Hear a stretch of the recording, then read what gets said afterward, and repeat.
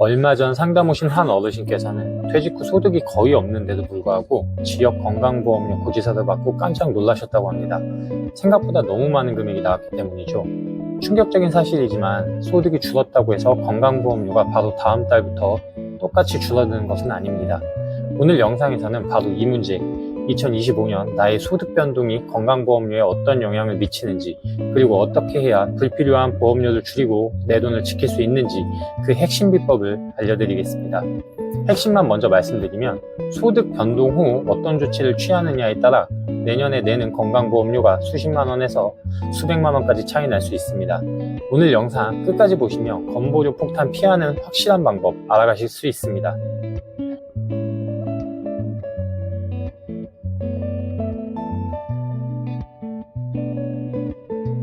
안녕하십니까, 어르신 여러분의 든든한 노후자금과 건강지킴이 노후머니 닥터입니다. 5월 종합소득세 신고도 이제 막바지에 접어들고 있는데요. 이렇게 소득신고가 마무리되면 우리 어르신들이 또 하나 걱정하시는 것이 있죠. 바로 건강보험료입니다. 작년보다 소득이 줄었는데, 혹은 퇴직해서 월급도 없는데 건강보험료는 왜 그대로일까? 이런 고민 정말 많이 하십니다. 우리나라 건강보험료는 크게 직장가입자와 지역가입자로 나뉘어 부과 방식이 다릅니다. 직장가입자는 주로 월급에 따라 보험료가 정해지고 회사와 절반씩 부담하죠. 그래서 월급이 오르면 보험료도 오르고 내리면 같이 내리는 비교적 단순한 구조입니다. 문제는 지역가입자입니다.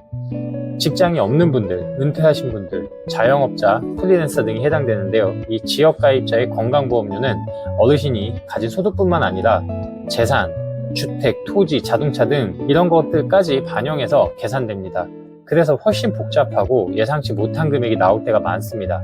특히 중요한 것이 소득 반영 시점입니다.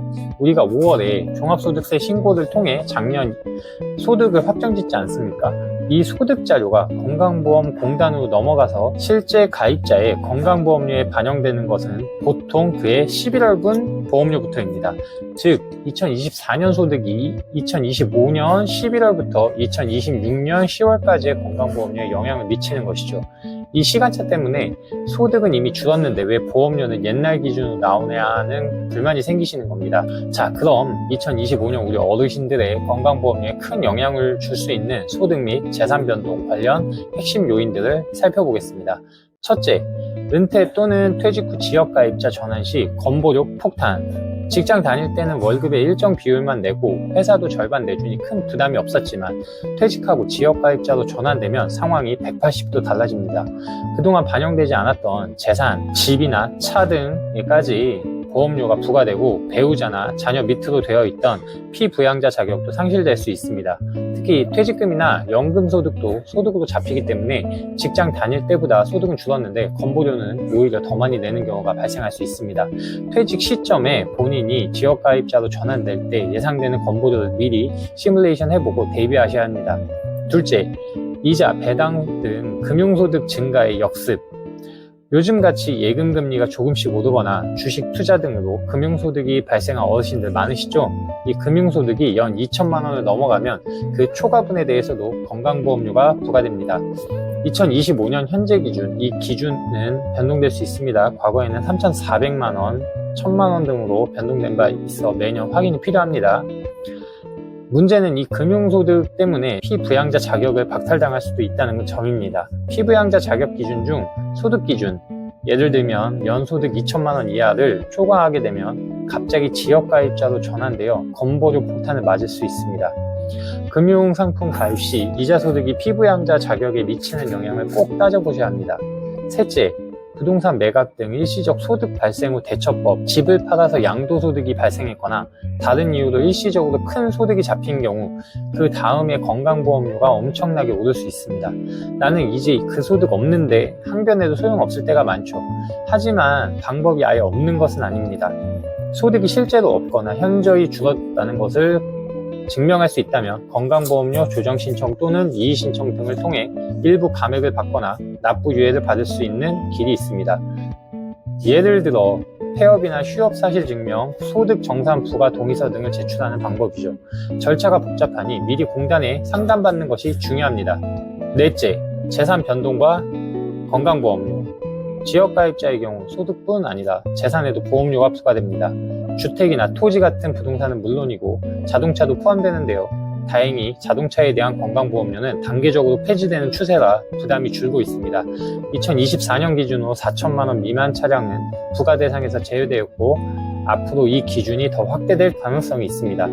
하지만 여전히 고가 차량이나 다수의 차량을 보유하고 있다면 보험료에 영향을 줄 수 있으니 불필요한 차량은 정리하는 것도 방법입니다. 2025년 건강보험료 관련 주요 변동 가능성 현재 시점 기반으로 말씀드리겠습니다.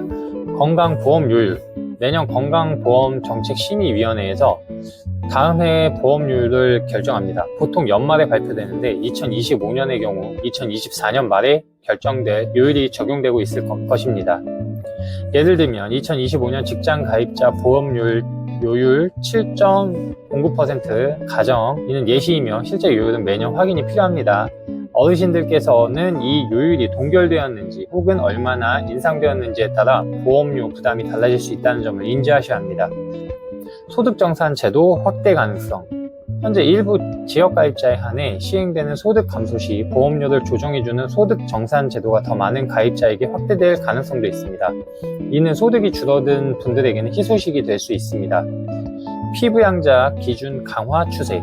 안타깝지만 피부양자 인정 기준은 점점 더 까다로워지는 추세입니다. 소득 기준, 재산 기준, 부양 요건 등이 강화될 수 있으니 현재 피부양자 자격을 유지하고 계신 분들은 매년 발표되는 기준을 꼼꼼히 확인하셔야 합니다. 은퇴 후 비슷한 시기에 지역가입자로 전환된 두 어르신의 사례를 통해 대처 방법에 따라 건강보험료가 얼마나 달라질 수 있는지 살펴보겠습니다. 사례 1. 김판수 어르신 65세. 김 어르신은 공무원으로 정년퇴직 후 별다른 소득활동 없이 국민연금과 약간의 이자 소득으로 생활하고 계셨습니다. 퇴직 후 자동으로 지역가입자로 전환되었고 이전 직장 소득과 보유하고 있던 아파트 때문에 생각보다 많은 월 25만원의 건강보험료 고지서를 받게 되셨습니다. 김 어르신은 원래 이렇게 내는 건가 보다 하고 별다른 조치를 취하지 않으셨습니다. 사례 2. 박현명 어르신 66세. 박 어르신도 비슷한 시기에 회사에서 퇴직하셨고 소득 상황도 김 어르신과 유사했습니다. 하지만 박 어르신은 퇴직 직후 건강보험공단에 연락하여 임의계속가입 제도를 신청했습니다. 임의계속가입은 퇴직 후에도 최대 3년까지 이전 직장에 내던 수준의 보험료, 본인 부담금만 낼 수 있는 제도입니다. 또한 소득이 실제로 줄었다는 점을 증명하며 보험료 조정 가능성도 타진했습니다. 그 결과 박 어르신은 월 15만원 수준의 보험료를 내게 되었습니다.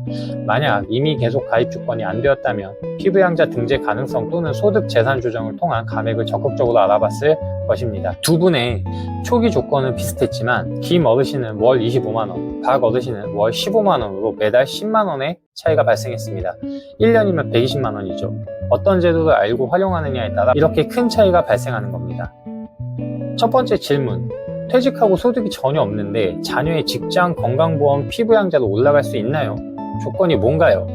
네, 가능합니다. 하지만 조건이 있습니다. 우선 어르신 본인의 연간 소득이 일정 기준, 예를 들면 2천만원 이하여야 하고 재산도 일정 기준, 예를 들면 과세표준 합계액 5억 4천 이하이면서 연소득 1천만원 이하 또는 과세표준 합계액 5억 4천 초과 9억 원 이하이면서 연소득 없음 이어야 합니다. 또한 자녀와의 관계, 동거 여부 등 부양 요건도 충족해야 합니다. 이 기준은 매년 조금씩 달라질 수 있으니 자녀 직장이나 건강보험공단에 꼭 확인해 보시는 것이 좋습니다. 두 번째 질문. 작년에 집을 팔아서 양도소득이 많이 잡혔어요. 올해 소득은 없는데 건보료가 너무 많이 나올 것 같아요. 방법이 없을까요? 일시적으로 소득이 크게 발생한 경우 다음에 보험료가 급증할 수 있습니다. 이럴 때는 앞서 말씀드린 것처럼 소득 감소에 따른 보험료 조정 신청을 고려해 볼 수 있습니다. 현재 소득이 현저히 줄었거나 폐업 등 소득 활동이 중단되었을 때는 중단되었다는 사실을 증명하는 서류, 폐업사실 증명원이나 소득금액 증명원 등을 공단에 제출하면 심사를 통해 보험료를 조정해 줄 수 있습니다. 11월 보험료가 고지되기 전에 미리 상담받고 준비하시는 것이 중요합니다. 자, 오늘은 내용이 조금 복잡하게 느껴지실 수도 있지만 핵심만 기억하시면 됩니다. 2025년 건강보험료 폭탄을 피하기 위한 핵심 체크리스트 다시 한번 강조드립니다. 퇴직 또는 소득 변경 시 즉시 건강보험공단에 문의해서 본인의 자격 변동, 지역가입자 전환, 피부양자 가능 여부와 예상 보험료를 확인하세요. 이미 계속 가입제도 활용도 적극 검토하세요. 금융소득 관리, 연 2천만 원 기준 변동 가능합니다. 초과 금융소득은 보험료 인상 및 피부양자 탈락의 원인이 될 수 있습니다. 분산 투자 등으로 관리하세요. 일시적 소득 증가 시 다음해 보험료 고지 전 반드시 보험료 조정 신청 가능성을 확인하세요. 재산관리, 불필요한 고가 차량 등을 정리하는 것도 장기적으로 보험료 절약에 도움이 됩니다. 매년 발표되는 건보료율과 피부양자 기준을 꼭 확인하는 습관을 들이세요. 이건 꼭 기억하세요. 건강보험료는 내가 얼마나 관심을 갖고 적극적으로 알아보느냐에 따라 얼마든지 줄일 수 있습니다. 몰라서 못했다는 말만큼 억울한 것도 없겠죠. 어르신 여러분, 오늘 2025년 건강보험료 소득 변동에 따라 달라집니다 라는 주제로 긴 시간 이야기 나눴는데요. 건강보험료 정말 우리 생활과 뗄 수 없는 중요한 부분이지만 또 한편으로는 어떻게 관리해야 할지 막막하게 느껴지실 때도 많으셨을 겁니다. 하지만 오늘 알려드린 내용들을 잘 숙지하시고 본인의 상황에 맞게 하나씩 점검하고 대처하신다면 더 이상 건강보험료 고지서 때문에 가슴 철렁하실 일은 없으실 겁니다. 이건 아시면 진짜 득이 되는 정보입니다. 불필요하게 더 내는 보험료를 막는 것만큼 확실한 절약도 없으니까요. 놓치면 정말 억울한 정보들이죠. 오늘 영상이 우리 어르신들의 가게에 조금이나마 보탬이 되고 건강보험료에 대한 궁금증을 푸는데 도움이 되었기를 진심으로 바랍니다. 다음 시간에는 더욱 유익하고 실질적인 정보로 찾아뵙겠습니다. 오늘 내용이 도움이 되셨다면 저희 노우머니 닥터 채널 구독과 좋아요 잊지 말고 꼭 눌러주시면 감사하겠습니다. 어르신들의 따뜻한 응원이 저희에게는 가장 큰 제작 동기가 됩니다. 알림 설정까지 해두시면 다음번 돈 되는 정보를 가장 먼저 받아보실 수 있습니다. 지금까지 시청해주셔서 대단히 감사합니다. 항상 건강하시고 마음 편안한 하루 보내시길 바랍니다.